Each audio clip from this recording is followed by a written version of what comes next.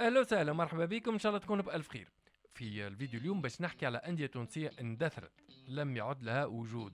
ما عادش فما، مانيش نحكي على انديه كبيره اللي تو تلعب في الاقسام السفلى. مثلا فما انديه قبل كان عندها باع وذراع، كانت تلعب في القسم الاول في تونس وعندها تاريخها، لكن تو قاعده تلعب وتصارع في الاقسام السفلى. نحكي على فرق تونسيه كانت موجوده لكنها اندثرت ولم يعد لها وجود الى ابد الابدين. قبل ما نبداو خلينا نقول البطوله التونسيه انطلقت في نوفمبر 1907.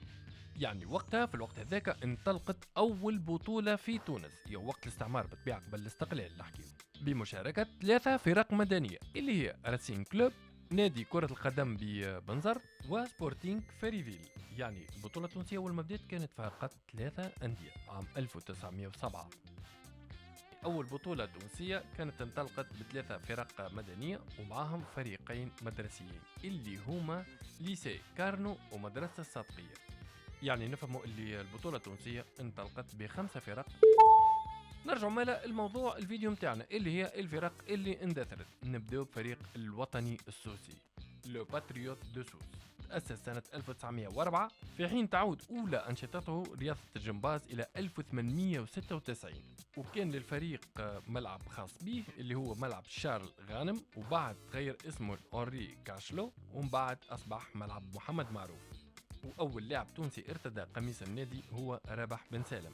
فريق آخر اندثر وأصبح حل وما عادش نسمع به اللي هو نادي راسين كلوب دو تونس في العاصمة، اتأسس سنة 1904، حيث ولد في شكل أول جمعية كرة قدم يتم إنشاؤها في تونس بتاريخ 15 سبتمبر 1904 تحت اسم نادي كرة القدم بتونس فوتبول كلوب دو تونس، وتم لاحقا تغيير اسمه إلى نادي راسين كلوب دو تونس، وتم إضفاء الطابع الرسمي عليه يوم 11 ماي 1905. فريق آخر يعتبر كذلك من أقدم الأندية التونسية اللي هو الاتحاد الرياضي التونسي، اللي كانت تأسس سنة 1917 واندثر نهائيا عام 1979. كان يجمع خليط من ملاعبية من الجالية اليهودية وطليان ومن مالطا وكذلك توانسة.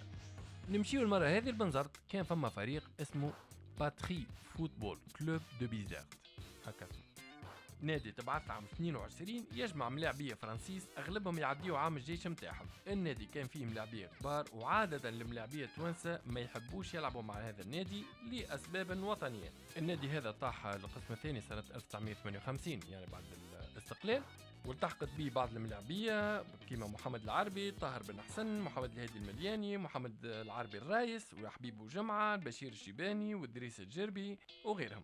كان هذا تحت قيادة المدرب واللاعب الأسبق للسي بي عمد تيجاني الشفيع، ومنها اندثر النادي نهائيا سنة 1962. فريق آخر اندثر اللي هو الوداد الرياضي بمونفلوري اللي تأسس سنة 1950. النادي هذا مازال ينشط في فرع كرة اليد، لكن كرة القدم اندثر نهائيا ولم يعد له وجود إلى الآن. الوداد الرياضي بمونفلوري هو نادي رياضي تونسي متعدد الاختصاصات، مقره في تونس العاصمة، وتأسس سنة 1950 في حي مونفلوري. سمي هذا النادي إثر اندماج بين الوداد الرياضي بتونس وجمعية مونفلوري. اندثر فرع كرة القدم وبقى فقط كرة اليد. فريق آخر معروف اندثر اللي هو نادي شركة صنع السيارات بتونس، اللي كان فريق محترم وأكيد أبائنا وأجدادنا يتفكروه. مقره مدينة سوسة، اصعد مع الأولمبي الباجي إلى الوطني سنة 84-85، وأقصى الترجي من الكأس في موسم 85-86 بهدف لصفر. الفريق هذا على باس شركة حكومية كما يدل اسمه، شركة صنع السيارات، اللي تأسست في 30 مارس 1961، وتقوم الشركة بتركيب السيارات وصناعة هياكل الحافلات. الفريق هذا اتحل ولم يعد له وجود.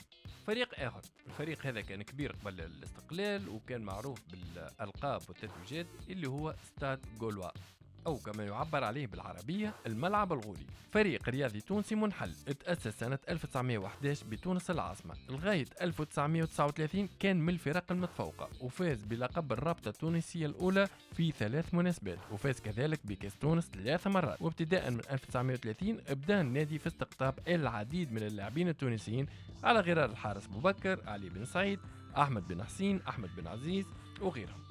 لكن الفريق هذا تحل بعد الاستقلال. وفما فرق اخرى تحلت كانت موجوده كما فريق النجاح، فريق المنصوره، تخامينو، اولمبيك تونس، وكذلك فريق بعث بن خيار اللي معروف توا في كره اليد لكنه تحل فرع كره القدم. وكان فما كذلك فريق اسمه اتحاد الانصار بدار شعبان الفهري.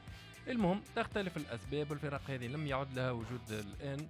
وان شاء الله عجبكم الفيديو كالعاده، ننتظر منكم التفاعل والبارتاج، وكانك اول مره تعدي على القناه الفولو. الى اللقاء. لكن الفريق هذا تحل